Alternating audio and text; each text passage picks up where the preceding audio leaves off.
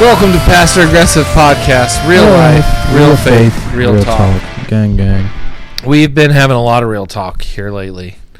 You've been a little under the weather this week. Real talk, like really, like we're talking in real life. Yeah, not recorded talk. No. You've been kind of down lately. You want to talk about your week at all, or you want to just skip that part? I just got a lot to think about, man. I'm really, I kind of realized tonight at the grief meeting or whatever we call it now, that maybe I've been using this time of rest that God's given me and turned it into a time of worry and distraction. You know what I mean? Like, yeah. You guys have really blessed me with you guys aren't overbearing or ask anything of me for living in your basement. And I have to confess, I did steal one of your monster sunshines when I came and decorated your tree down here. What the heck, dude? You're the Grinch that stole Christmas. I did. They made me a Grinch tree in my room. That's true. It's very nice. When I turn the lights off now, I have red lighting, so I feel real sexy. I feel like I'm recording a TikTok femboy video. Which I'll be honest, I didn't do the lights on the tree. How did Corella get down here? I didn't do the lights on the tree, which if it were me making a Grinch tree, I would have done green lights. Red lights seems off for some reason. And it's the opposite of the Grinch tree. If it was the Grinch tree, I wouldn't have a tree in my room. Right. That's stolen. The idea. Right. But yeah, I spent a lot of time with my family, and I always dread that, but I don't know, man. My little brother was in town. We were hanging out, and I just got a lot of mixed feelings about my life right now, and you know what I want or what I'm going to do. Maybe I've lost sight of... I mean, I've been so, like, in not caring what I want and wanting what God wants that it's gotten a little scary, you know? Yeah. A little faithless, a little hopeless.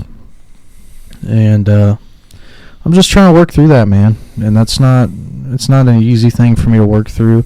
I gave my testimony on, like, this time in my life where I didn't know if I really believed what I believed, man. And it's not like that now. It's a little different. Like, I definitely believe in Christ. And maybe I don't believe enough in what he did right now. Yeah. I don't believe enough that he really bought my price, bro.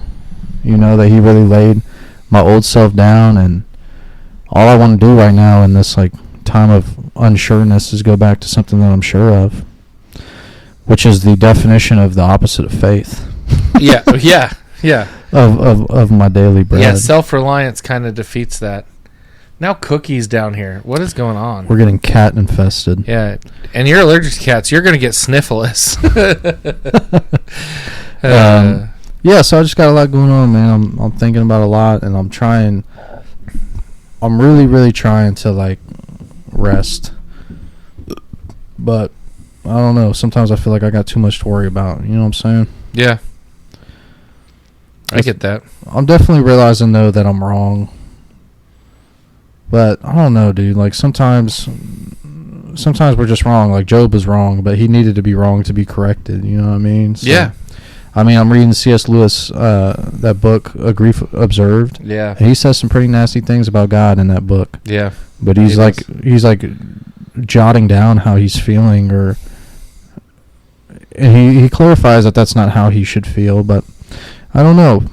I've kind of just been feeling a way that isn't very tasteful, and I need to come out of that, bro, but I just don't know how. So I'm really thinking through that. I'm trying to get back into going through the motions of going to Bible studies and relearning these things of, like, enjoying scripture and enjoying teaching and enjoying fellowship. It's like I'm starting over again, you know? Are you going to that Bible study in Hartsville on Wednesdays? Yeah. Still? That's good. Yeah, I kind of need to get back to that. You know what I'm saying? Of, like, I kind of got peer pressured into, like, being a part of one church, whatever that means. Right. I miss having people everywhere. You know, my work is in most of my life is actually still in Columbus. You know what I mean? So it's kind of hard for me to let that go. You know, my friend Tanner moved, and we don't have that Monday night Bible study going anymore. And that I didn't realize how big of a chunk that took out of me, bro. I thought I was going to be all right, and something else was just going to swoop in. Yeah. But I have a real lack of like guidance right now, I guess. I feel like I'm kind of floating out in this ocean alone a little bit. So, do you think part of that has to do with Tanner leaving, or do you think that No, that's I think just a kind of a symptom of it? I think it's in God's plan, bro. It's kind of like what happened with me and your dad. Yeah. Of like, if he probably would have stayed in my life for too long, it might have got rotten. It was like what you were saying at recovery tonight of like holding on to that one thing until it rots away in your arms. You know? The manna thing. Yeah, so I think God's making way for new people in my life, but I don't have the zeal, I don't have the outreach, the want like I used to. Like I really wanted that thing to happen with Tanner and my boys and stuff. But now like that I'm trying to start another one up, I'm just like I don't want it. It's too much work. It's too much like too much. I just lost the zeal, bro. So are you thinking you're not going to do the Monday night thing, or are you going to really try? I'm doing it. Good. Yeah, I'm doing it. That's what I'm saying is like I'm trying to do these things that they don't make me uncomfortable or anxious like they used to. You know, that's just like another church program to me. Yeah. But I also don't want to, I kind of want to be anxious about it. Yeah, I don't think you want it to be another church program. No, I want it, and that's when I invited one of the guys from recovery tonight to like, you know, he's really struggling with like the church programs. He's burnt out and doing all this and that. And I like realized the need for that, like getting together with your Christian friends, and this might be controversial, but like having a glass of whiskey and smoking some cigars, or grilling some chicken over the grill or something and eating together and just hanging out. You know what I mean? Hanging out till we used to get there at 6 and sometimes get home at like 12 at night. You know what I'm saying? Like, and it's natural. And I'm trying to find that, and nothing feels natural right now. You know, nothing feels like it's falling into place. You know how God works. It just feels like stuff's falling into place. And it doesn't feel like that right now. I feel like I'm kind of climbing uphill, you know what I mean? A little bit. Trying to make people a part of this thing. Yeah. Do you think having that thing to like try to push others is helpful for you where you're at? No. You don't think so? Elaborate. So like having something where you're trying to recruit people to come together. Something that you're trying to bring people together rather than being one of the people that's brought together. I think from God's perspective, certainly, but from my perspective, it doesn't feel like a good thing. It's not something you're into? It used to be. I mean, oh no, I've been thinking of myself a lot like the second man lately, like the second man on the podcast. I feel I sit good in that role. I sit good in like being the bystander a little bit. But maybe that's the lie I'm spinning in my own web, you know what I'm saying? To avoid it. Do you think sometimes we do that where we set the tone or the expectation of absolutely what we think something is supposed to look like, and then we can't get out of that? Moses did it. Yeah. So oh man, I wish you would have said that, because I was trying not to make this about my thing. Go, bro. And not in that I didn't want to be corrected about this. Oh, what do you mean? Yeah, well, when you say that about Moses, then it definitely feels like the Jethro, like this thing that you do is not good. I was talking to Tiffany today about, you know, I've been talking to you about like what other pastors I know like make financially. Sure. And not that I'm not pocket watching. Yeah, and I'm not ungrateful for what I make. I feel like God provides for me for sure. But I have been doing this thing where when I started at the church, now mind you, I've been there for like 5 years. Almost. Yeah, I mean, I've been there for like 4 years. I've been there since 21, so okay, 4 years. But like the September of 21 was like the first time, so like 4.5 years. But I really 22 is when I like started as the permanent pastor, and that was and then it wasn't until later in 22 that I went full time. But so like 4 or 5 years ish in that ballpark. But when I started out, when I went full-time and I quit my job. So that's only been like 3 years or so. Yeah. But when I did that, that felt, not even 3 years, like 2 years. But that felt like I had to prove somehow that this job could be that. Does that make sense? Yeah, that it can make up for that. Yeah, so I filled my time with lots of stuff. And that's why I'm like, oh, yeah, we got to have a recovery meeting, and I got to be there all the time. Or, like, I'm going to do this prayer at the square thing, which these are all good things. Sure. But I would also be like, I need to make sure that I'm filling my weeks with counseling people or hospital visits or visits to widows and stuff like that. And, like, making sure my schedule stayed full.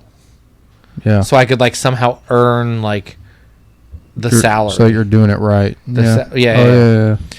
But then I'm like, knowing about pastors, other pastors I know that do, like, not that they do less than me. I don't want to play this comparison game. Less busy. But they're less busy, and they make more money than me. Then I'm like, why do I think somehow that when I turn ministry into a job, then I'm like trading value for value, and that like my time has to be occupied. If I think I'm supposed to earn this much or whatever, then my time has to reflect that, and that's not really what ministry is. Yeah, because Abraham wasn't going to sacrifice Isaac thinking that God was going to save him.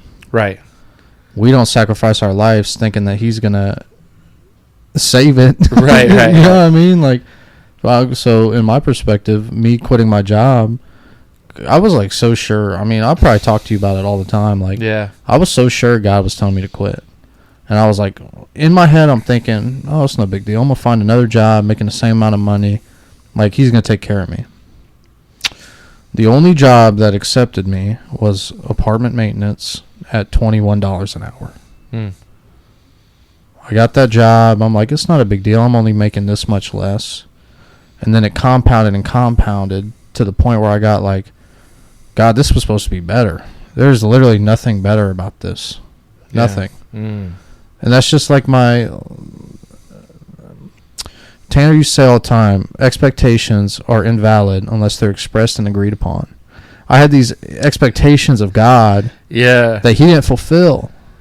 But what are my expectations to God? Yeah. His only expectation to me is remain faithful. Yeah. Remain faithful with what I've given you. Really, if somebody did my accounting, they would know that I'm all right. I just use it wrong. I'm a bad steward of what God's given me. And then I turn that and blame him. Because he didn't give me what I thought he was going to give me. Yeah. You know what I'm saying? Yeah, it's kind of like what you're talking about with leaving that. It's like, maybe you thought it'd be the same. And it's not. It's still a sacrifice. It's not the initial sacrifice. Yeah. It's an ongoing sacrifice. Yeah. And like even when Paul talks about like paying those who teach and preach and all that stuff, he talks about doing like just taking care of them so that their needs are met. Right. Yeah. He doesn't talk about like a specific salary or how much you should give. He's not saying you're going to be middle class. Right. He doesn't expect like how much they should expect to make or anything like that. And so then when I strip it down, it's like whether I am making what I'm making now forever or even if I'm making more, that doesn't, say the church decided to give me a raise, that doesn't mean that I need to then be like, oh, I need to fill my schedule up even more. Right. You know what I mean? I just need to be faithful to what God has called me to do, and then he produces the increase at the church, whatever that looks like. And then whatever he wants the church to do, if I'm faithful in that, then I'm doing what I'm supposed to do. And then in that sense, I'm earning whatever I'm making. Not because I'm doing specific things that I'm like, all right, well, I'm working 60 hours a week this week, so I'm earning this salary. It's just I'm being faithful to what God's called me to do and faithful to the people in the church, and I make what I make. The problem is sometimes that's not enough for us, bro, and that's a damn shame. Yeah. I'll tell you what. It is. That should be enough. That's the zeal I'm talking about that I don't have anymore. Like, why is like helping somebody not enough for me anymore? Why can I not play the low man on the totem pole anymore? Why all of a sudden do I want to be big dog? I don't want that. I didn't want that starting out. I wanted to, like, I really enjoyed helping people and, like, mentoring with people and spending time with people. I really enjoyed the church. I enjoyed going to Bible studies. I went, fellowship of it all. Yeah, I went to those things because I wanted to be at them, not because I felt obligated to. And I wonder, like, what changes? What changed? Is it really my personal life that's changed all that? Or am I doing something? Or is this where God wants me? Or wow. Yeah, that's interesting. Yeah, it's because, and I think in both of our cases, it's a similar thing where we've got this expectation that we've set, and now we think that that's what it has to be, but that's not how it always is. Like, if you look at the Bible, the ministries that everyone in the Bible has are changing all the time, right, to meet the needs of what God's called them to. Not like, okay, now I'm like, look at David's life over the course of his life, and like where he's at one point he's shepherding his dad's flock, at another point he's a soldier in the Israelite army, at another point he's the king, and then at another point he's like the dying king who's like kids are fighting over who's going to have the throne, and all of that. It's just like these are different aspects of his life that in those moments God had called him to be in those moments. He didn't call David to be the king when he was shepherding his dad's flock. He calls us to where we are. I just wonder if David lost sight of that ever. Oh, for sure. Well, obviously. You know, I keep seeing the trailers when for this David animated movie. Yeah.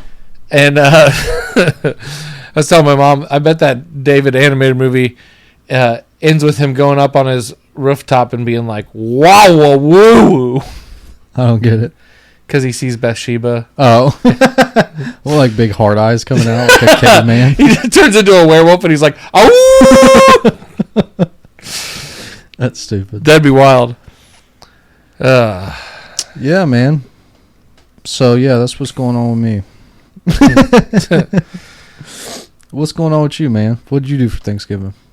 I went to do the angel care thing, and we just had dinner there, which this is our second year doing that. I like it. I think it's fun. And then we took the kids to a movie. What movie? Zootopia 2. It's pretty good. So when I was growing up, we would do that every Thanksgiving and every Christmas. My family would go see a movie that night. Really? Yeah. And so when I started dating Tiffany, she started going with us to the movies, and she was like, "I love this tradition." Well, then my sister moved away, and my nieces and nephews are all growing up, and my brother's got a gaggle of children, so it's like hard to get them all together, and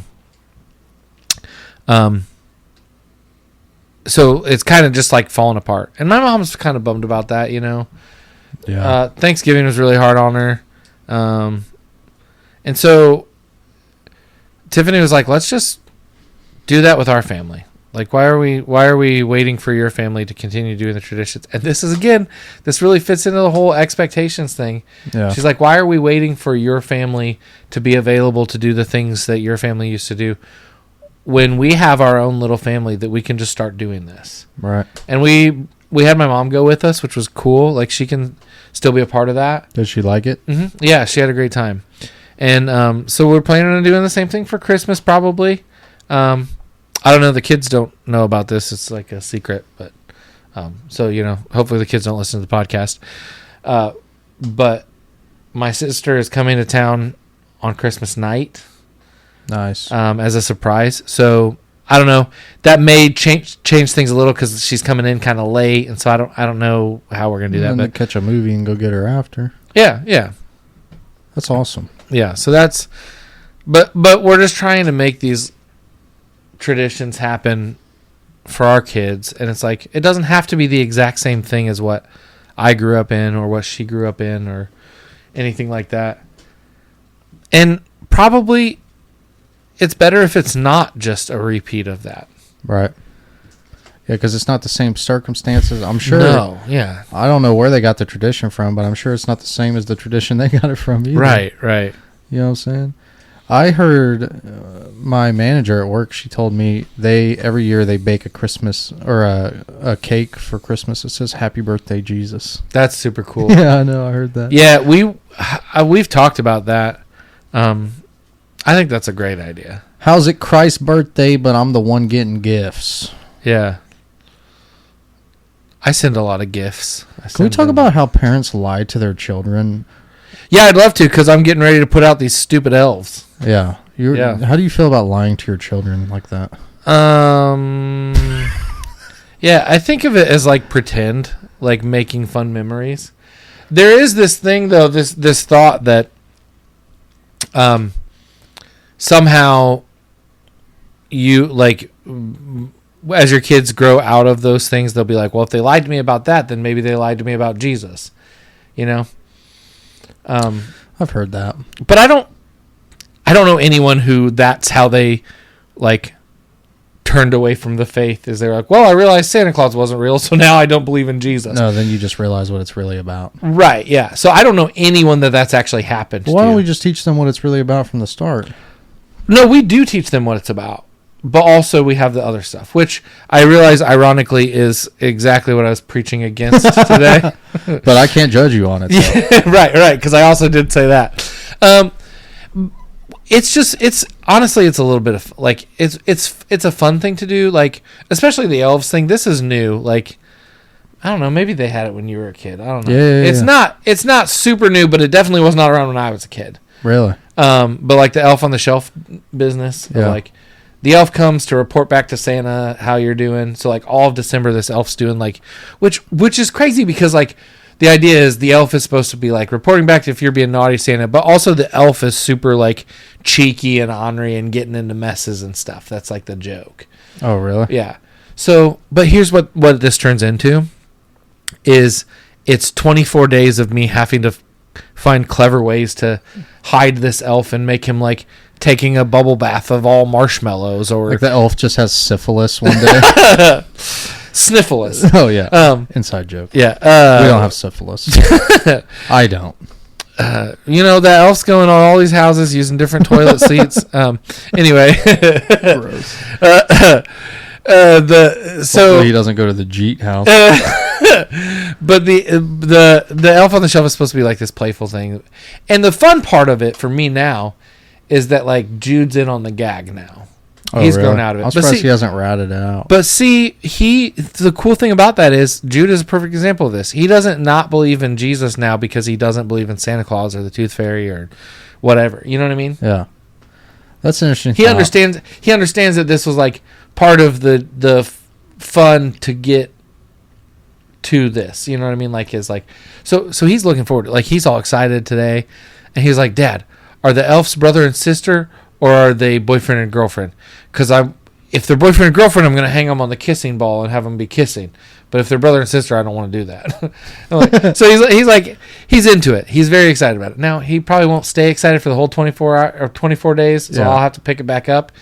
But it is cool because it's like now he can be a part of that part. Dude, I remember I was the only kid in class trying to convince everybody that Santa was still real. Really? And I came downstairs and see my auntie helping my mom move in a TV. I was like, my life is shattered. My dreams were shattered right there, dude. And then I became an atheist. But like my kids ask about like Santa sometimes, the girls do. And I explained to them who Saint Nicholas was, which you should appreciate this part. I'm talking about them revering the saints. You're like, guys, Saint Nicholas punched a heretic. Yeah. And then you cross yourself. It is my favorite story to tell. Yeah, I know. I just love it. It's so good. Well, the cool thing about Saint Nick is that like he really was given gifts. Yeah. You know what I mean? Like he was giving money to the poor. And he was doing that in honor of Jesus' birthday. Like he was like, this, I can't give gifts to Jesus. You see, but the contradiction though is we tell them about Saint Nick who gave in the name of Christ, but we receive, especially as children, Christmas is just the day we receive gifts. Yes. So is our birthday. There's nothing like deeper to it. So it becomes almost like a. And we don't got to harp on this forever. I mean, you guys joke on me for being the Grinch or whatever. But Christmas is probably one of the ones I'm like coolest with. I love at the season of Advent. I love the tradition of Christmas in the church. I just think it gets a little diluted and watered down, you know it? I think so too. But also, like, I literally can't judge you. Bro, what I've been realizing lately, bro, is you're like so much more spiritually mature than me, admittedly, and I like try to pick you apart on everything. And sometimes I need to just, like, I'll be honest. Well, your kids are wilding out driving home, and then you buy them candy at the gas station. I'm like thinking in my head, I was like, this is rewarding bad behavior. But then I was watching, and I was like, that's not what's happening here. It's like, why do I think I know so much about everything? Personally, I might end up teaching my kids about Santa. If my wife wants to teach my kids about Santa and do all that stuff, I could like let go of that. And I did not grow up with Santa and all that stuff. Like we did not do that. But Tiffany did. Shift the blame. This the Adam and Eve thing right here. This woman that you gave me, Tiffany did, and she really she really enjoyed it, and like she felt like things were a lot of fun. And I don't think my Christmases weren't not fun, but I see now like some of the stuff that like my kids do, and I'm like, this is a lot of fun. I'm glad that they get to do that. Yeah, they're super excited about the elf and all types of stuff. Oh yeah, Iris has been asking about this stinking elf for weeks. Now, one thing I'm really bad about is I do kind of use the naughty list the way some people use hell for adults. Where I'm like, I don't know, you keep acting up like this, and you might get coal in your stocking or whatever, and then or like she'll be like, she'll be like, I'll say something and she'll just be like, but Dad, you know how Iris does. She like argues everything. She'll be like, but Dad, and I'll be like, hey, listen, are you gonna listen or are you gonna be on the naughty list? What's gonna happen? One day she was like crying because she's like, I'm on the naughty list.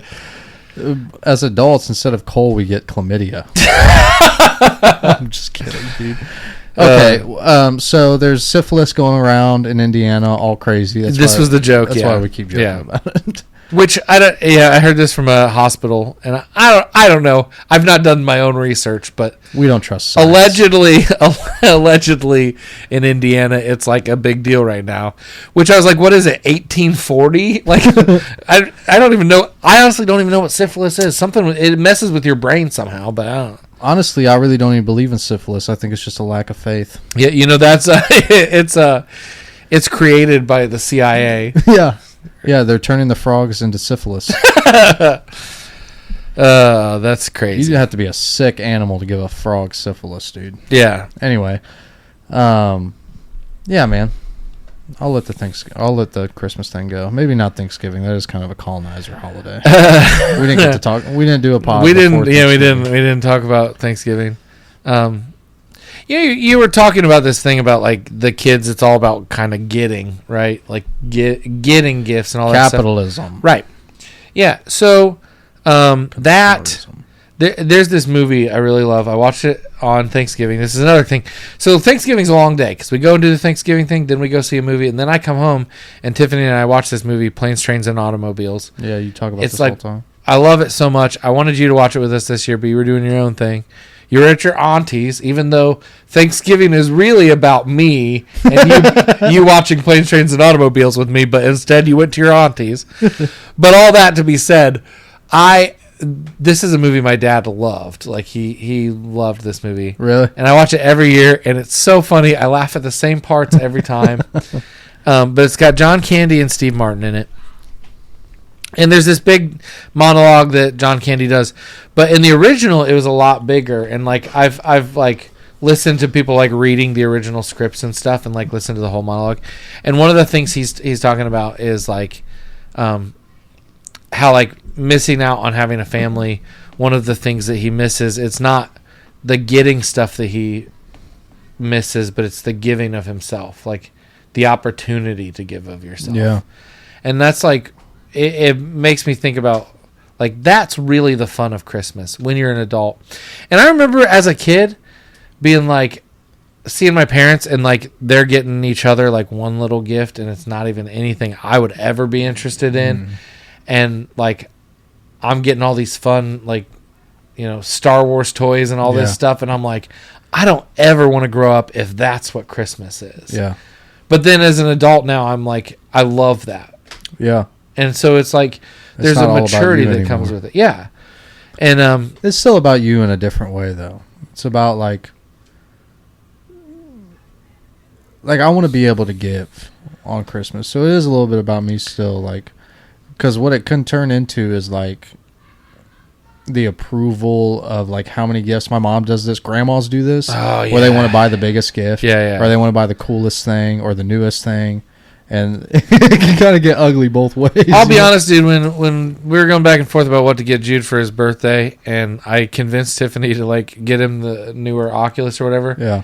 His reaction to that was like super rewarding to me. Yeah. And because like, that's not bad though. Because it's like, there's something about like my gift idea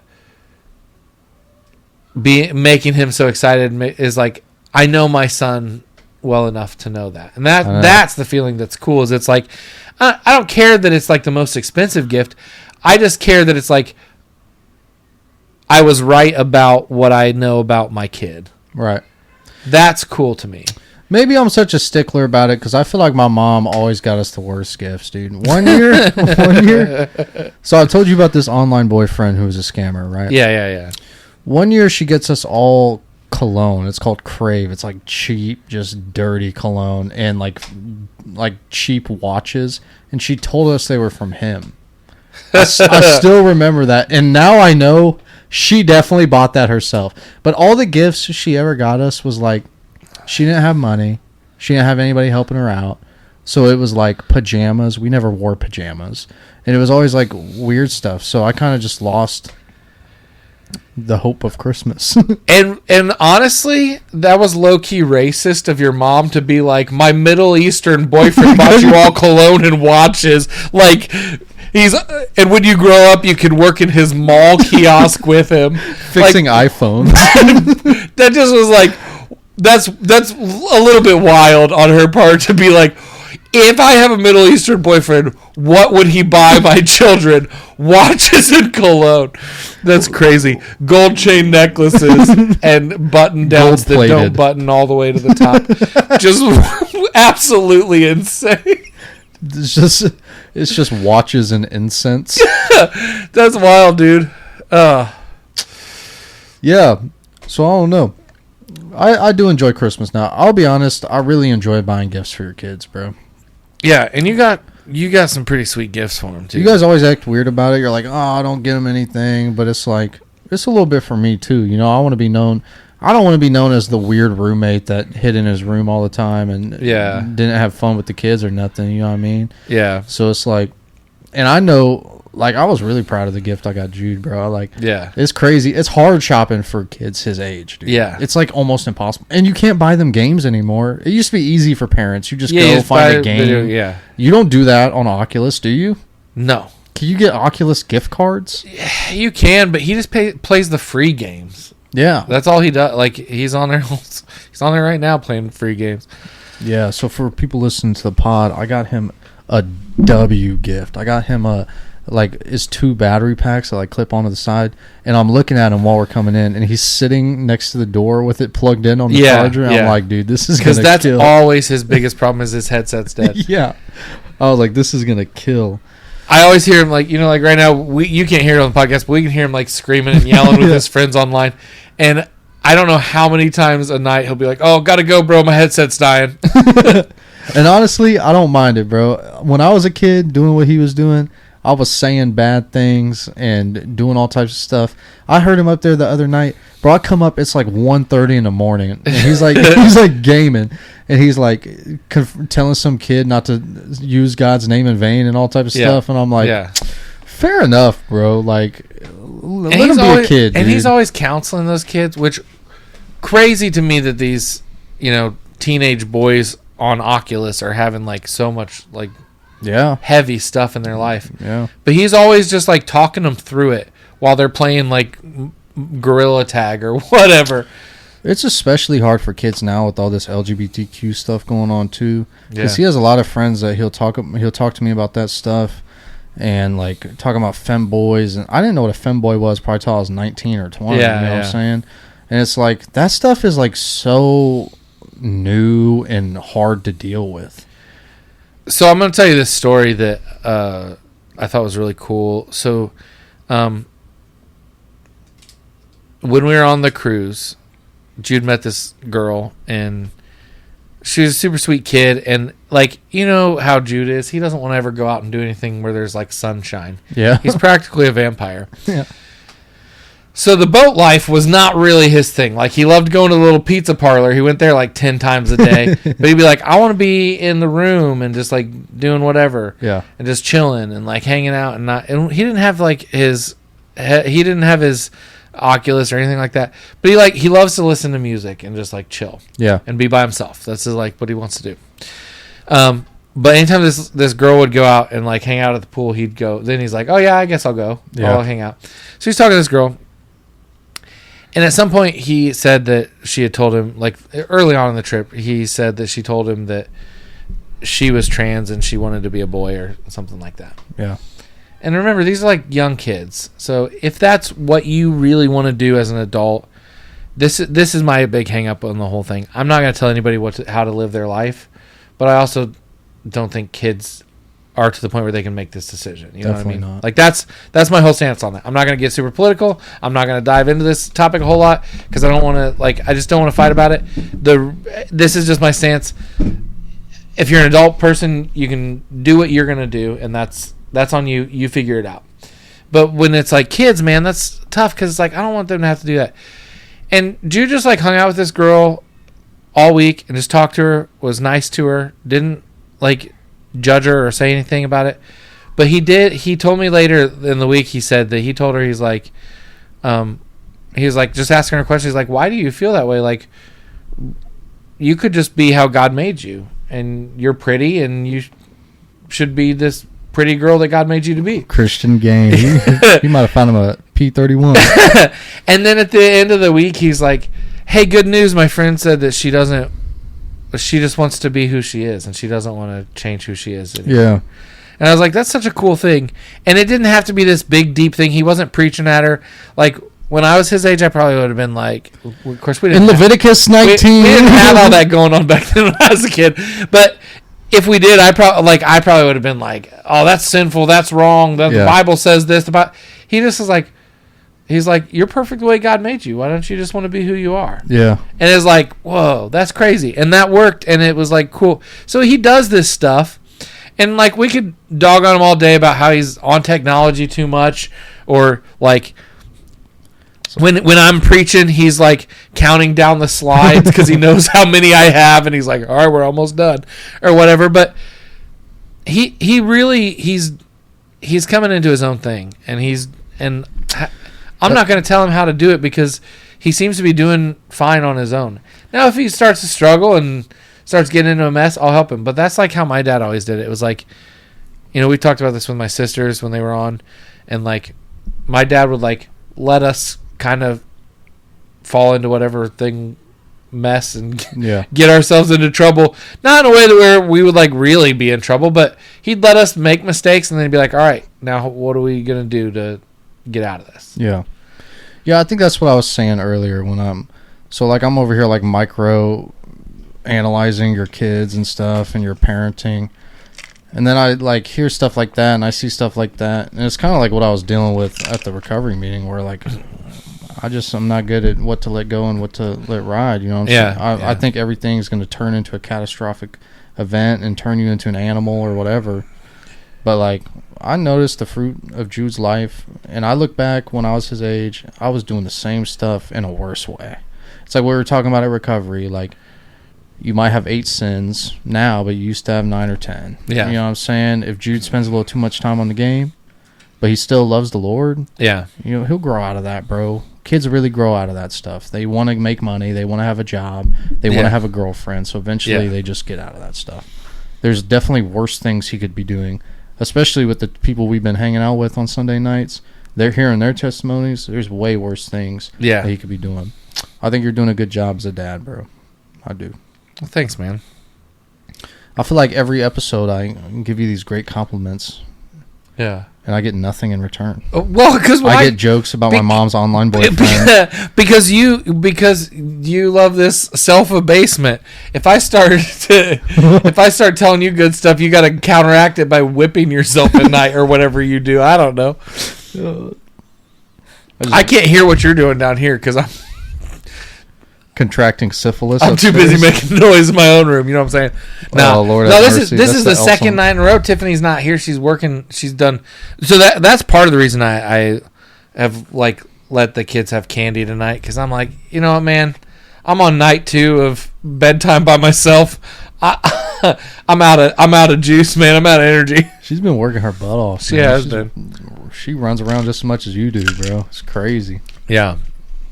And then yesterday we hung out all day, me and her, at a winter market selling our wares and our goods. Yeah. I was selling my book and some Dungeons and Dragons minis I painted. I took your advice. I started selling some of that stuff. Did it go? I sold one. Really? Yeah, for like $15. How much you pay for it? Put into it?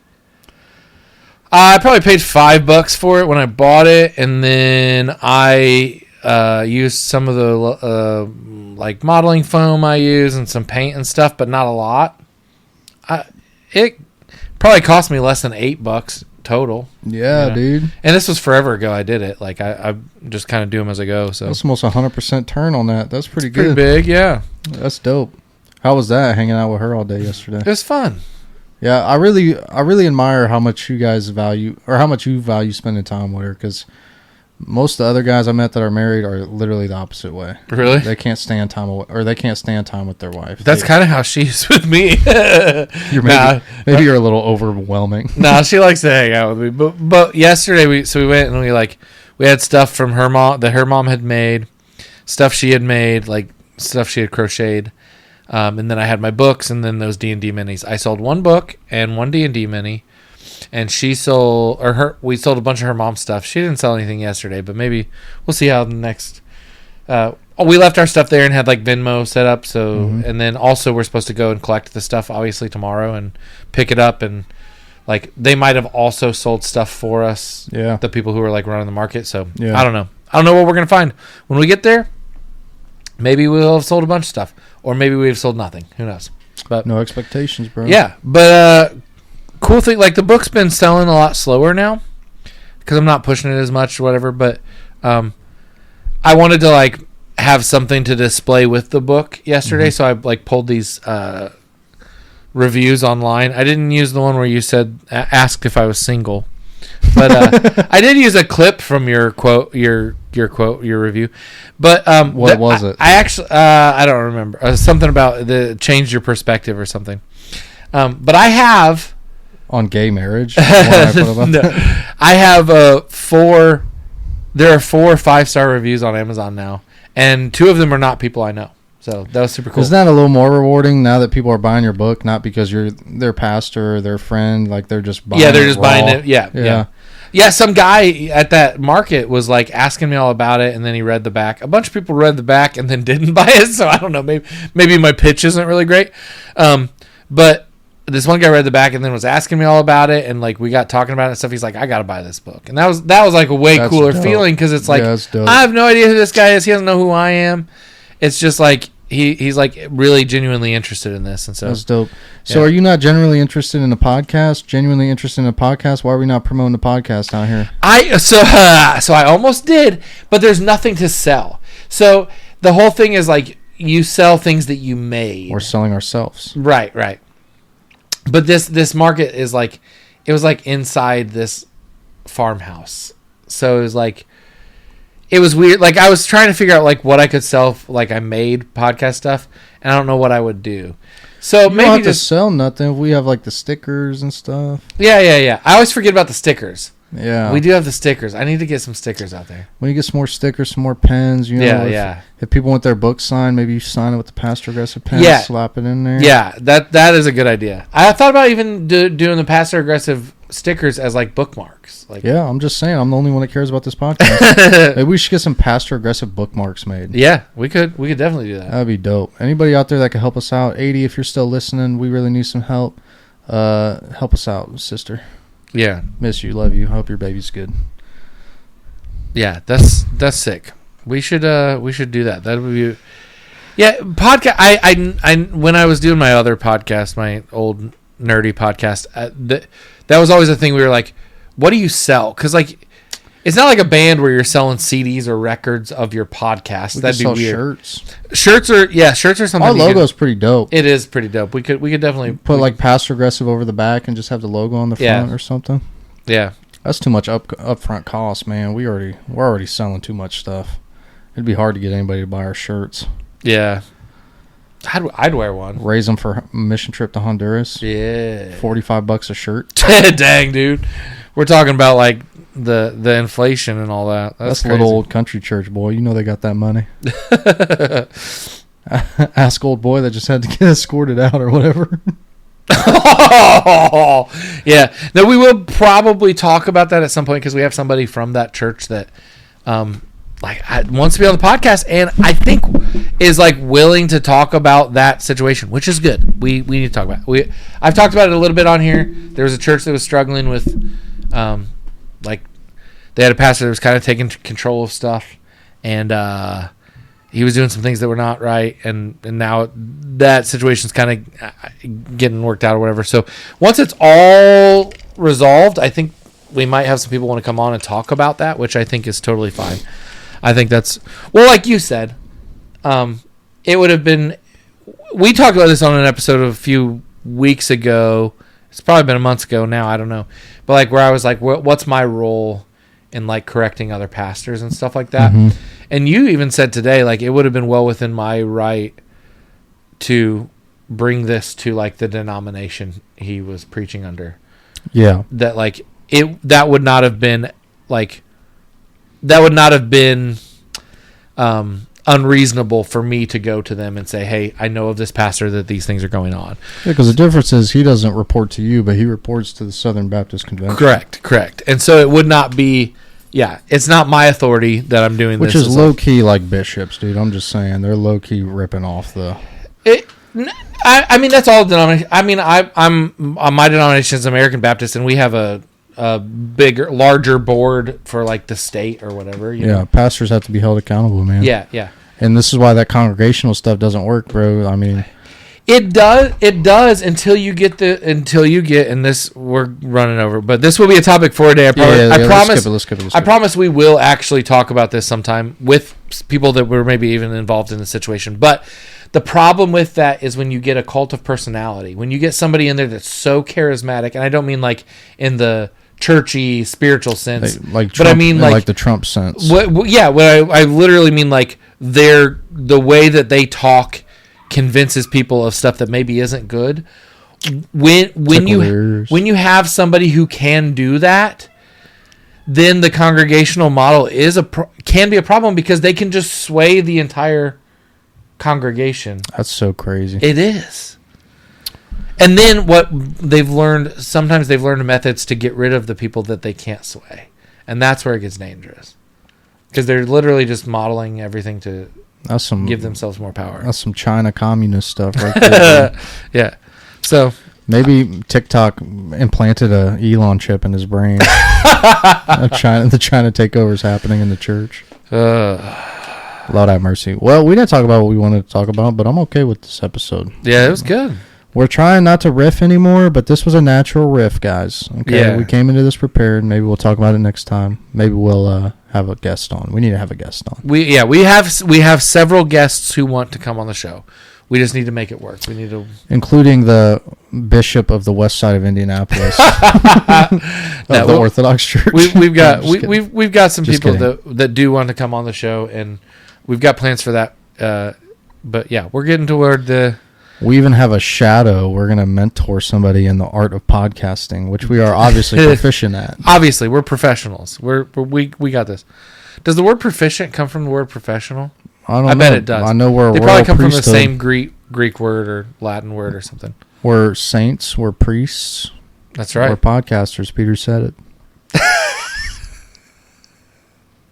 Pete G. That may not be the truth, but God's truth won't back down, and neither should you.